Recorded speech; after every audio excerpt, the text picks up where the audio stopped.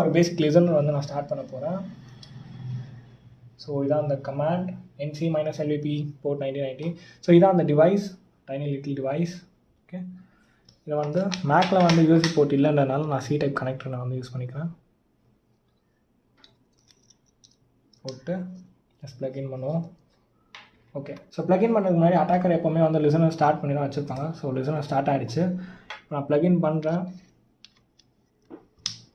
Okay, so just அவ்வளோதான். இப்போ நான் எந்த ஒரு கமாண்டும் போட போகிறதில்ல. ஆட்டோமேட்டிக்காக மேக்கில் சம்திங் வில் ஹேப்பன்.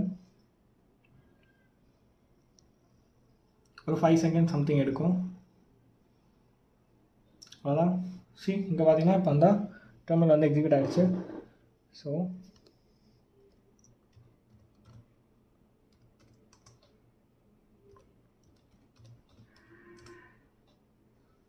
என்னோடய மிஷினில் வந்து இப்போ லாகின் ஆகிருக்கு.